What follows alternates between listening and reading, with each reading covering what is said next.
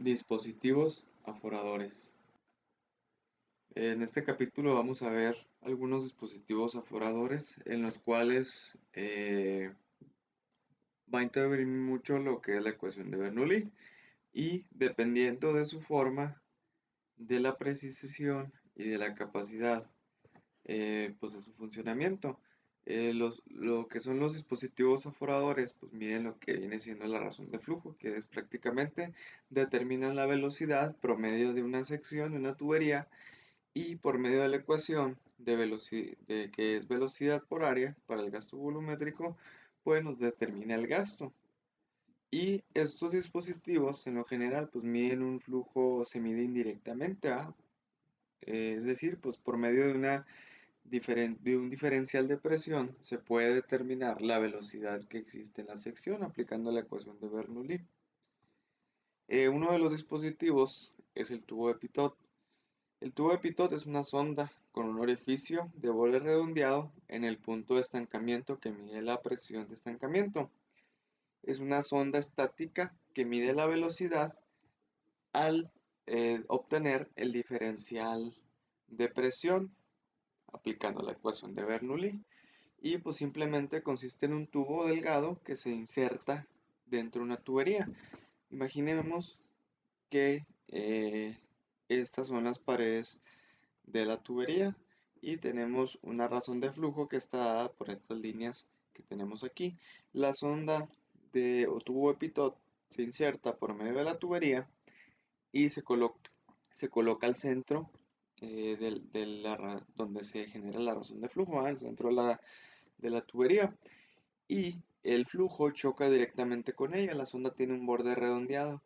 Esta sonda pues está abierta a la atmósfera, entonces al chocar el flujo va a elevar a cierta cantidad el fluido. Y pues nos dice que la sonda al tubo interior está abierto al flujo en la boquilla y por lo tanto mide la presión de estancamiento en dicha posición, que corresponde a este punto, al punto 1. Y el tubo exterior está sellado en la nariz, pero tiene agujeros a los lados de la pared del exterior. Prácticamente, pues esta es la sección 2 y por lo tanto mide la presión estática. Es decir, aunque haya flujo, se eleva a un cierto nivel, se genera una presión, pero este fluido está de forma estática. Y para determinar el caudal por medio de los tubos de Pitot tenemos esta ecuación, que es gasto es igual a coeficiente de descarga por el área de la tubería por la raíz de 2 veces la gravedad por delta H, que si recuerdan es la misma ecuación que utilizábamos para la descarga en orificios de la práctica 8, donde CD es el coeficiente de descarga que se determina experimentalmente. A es el área de la sección, G es igual a la gravedad y delta H es la altura desde la superficie libre. El tubo de Pitot mide la presión de estancamiento, la cual también es conocida como presión total. Y la presión está compuesta de dos partes, lo que es la presión estática y la presión dinámica, expresada como altura de una columna de fluido. Si aplicamos la ecuación de Bernoulli y despreciamos la diferencia de alturas y las pérdidas de carga, se tiene la siguiente expresión, donde la altura de velocidad en uno es igual al diferencial de las alturas de velocidades, ¿va? Y aquí si observan, se desprecia la velocidad 2. La velocidad 2 se desprecia porque aquí existe un estancamiento, que quiere decir no hay velocidad. Por eso es de que se elimina la altura de velocidad en 2. No consideramos nosotros las alturas y por ser una ecuación sin pérdidas, pues se denomina ecuación de Bernoulli. Y aquí vemos una figura un poco más representativa, donde tenemos de un punto 1, un punto 2, tenemos un H0 más un delta H, ¿va? Que nos da el diferencial de presión. Ahora vamos a ver el tubo de Venturi o venturímetro. Es un caudalímetro de paso de área constante. Y pues la idea es provocar una diferencia de presión, siendo el caudal una función de dicha diferencia. Aquí tenemos una sección 1 y una sección 2. Lo ideal es medir la diferencia de presión entre la sección 1 y la sección 2 Aquí dice que converge, quiere decir que se reduce el diámetro hacia la sección 2. Y pues aquí se puede utilizar un manómetro simple, un manómetro diferencial para determinar la diferencia de presión. Básicamente el flujo llega en la sección 1, tenemos un conector para la presión de ese punto y luego tenemos una converge, lo que viene siendo las áreas, ¿verdad? Se reduce gradualmente hacia una sección 2 de diámetro menor a 1 y pues aquí se coloca otro punto de medición. Luego posteriormente vuelve a aumentar gradualmente esta área hidráulica. Y para determinar el caudal, pues es similar a las ecuaciones que hemos visto anteriormente, ¿ah? Donde el gasto SD por área 2, que sería el área eh, que se redujo por la velocidad, y la velocidad pues es raíz de 2 veces la gravedad por delta H. Y pues sabemos que delta H es el diferencial de presión que existe entre 1 y 2. Y el coeficiente de descarga se obtiene con esta ecuación. Aquí para determinar este CD se utilizan gráficas o se utilizan experimentos que se deben realizar en laboratorio.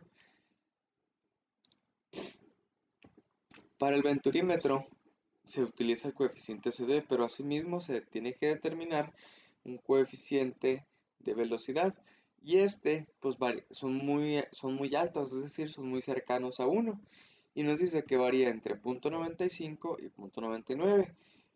Para fines prácticos se puede utilizar un valor de 0.98 como constante, ¿ah? Y en el caso del Venturi se utiliza el coeficiente de velocidad como coeficiente de gasto. Y pues se puede determinar también por medio de esta gráfica, donde vamos a determinar el número de Reynolds que existe en la sección 1, en la sección de entrada. Es decir, en esta sección. Y en base a ello, en una escala logarítmica, determinamos el valor de número de Reynolds y nos vamos a esta línea negra, ¿va? Que sería como un valor promedio, mínimo y un máximo. Entonces, por lo general, pues vamos a utilizar esta línea negra. Donde nos cruce con nuestro número de Reynolds, nos vamos a ir hacia la izquierda y vamos a obtener el valor del coeficiente de velocidad.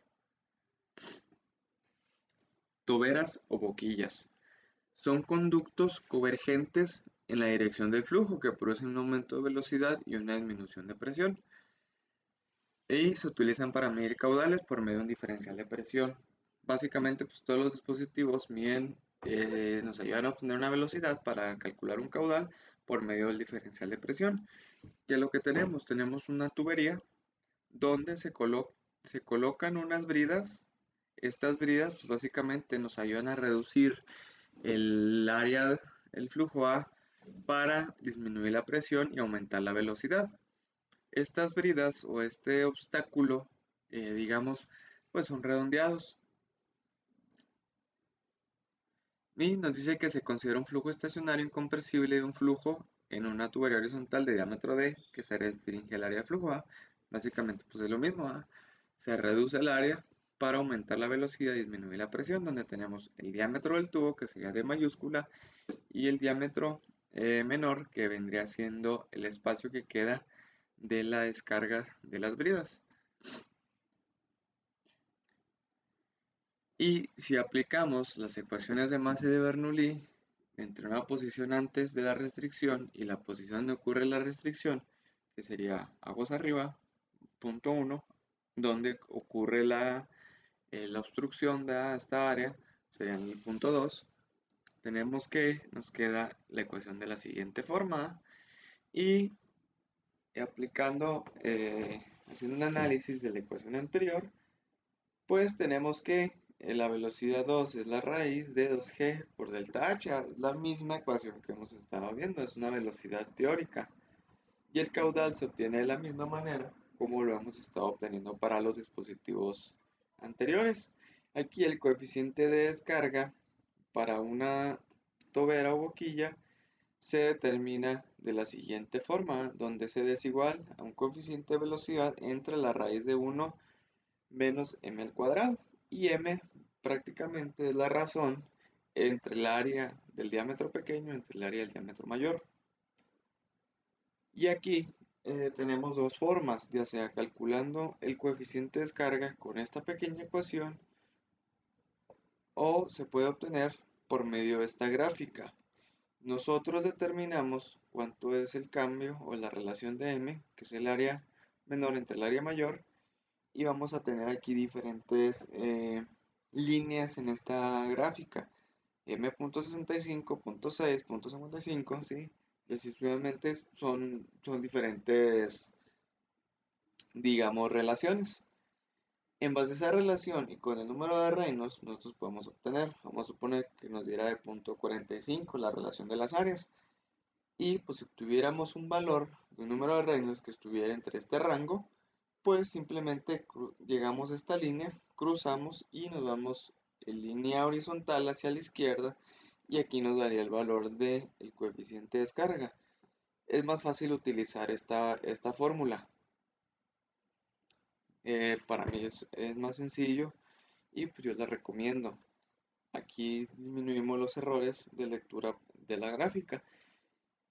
Y pues nos dice que la ecuación es válida para estas ciertas relaciones, ¿verdad? Entre punto .25 y punto .75. También dice que para flujos de reinos altos, cuando es mayor a 30.000, pues el valor de CD puede pasarse directamente como punto .96. Sí, son valores muy altos, muy cercanos a 1. Diafragma u orificio.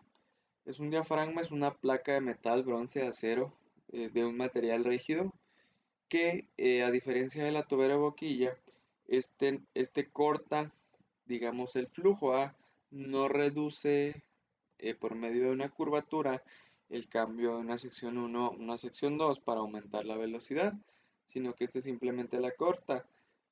Y pues igual forma tenemos un diámetro pequeño y un diámetro mayor, ¿va? Dado por la letra minúscula D y la letra mayúscula D donde se colocan bridas provistas de las juntas de estanqueidad convenientes, ¿verdad? Pues son placas rígidas que simplemente cortan el flujo.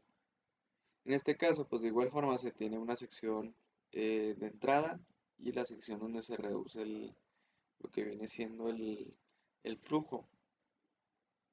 Para determinar el coeficiente de descarga se puede utilizar esta ecuación. Y pues esta ecuación es válida para estos rangos, ¿verdad? Donde anda entre .25 y .75 y 10 a la cuarta entre el 10 elevado a la séptima. Para flujos con número de reinos altos, pues se puede tomar el CD como .61. Se fijan aquí hay cierta diferencia con respecto al dispositivo anterior. Y nos dice también que los coeficientes de descarga se pueden determinar en la relación del caudal real entre el caudal ideal como por producto de un cociente de velocidad CB y un coeficiente de contracción, donde el coeficiente de velocidad es ver prácticamente la velocidad real entre la velocidad ideal, ¿verdad? Cuánta velocidad esperas, que sería prácticamente una velocidad teórica entre una velocidad real medida. Y el coeficiente de contracción, pues es el área del chorro entre el área del orificio, ¿verdad? ¿Cuál es el área que se genera del chorro con el área física del orificio? Y también tenemos una relación por medio de una gráfica, ¿sí? Donde M se obtiene de la misma manera para una tobera o boquilla, donde era el área del diámetro menor entre el área del diámetro mayor y obtenemos una M, una relación. En esta M, pues nosotros ubicamos cuál es nuestra línea, nuestra curvatura o en qué rango anda y por medio del número de Reynolds, pues podemos obtener un coeficiente de descarga para un diafragma u orificio. Y pues este sería el tema de dispositivos aforadores.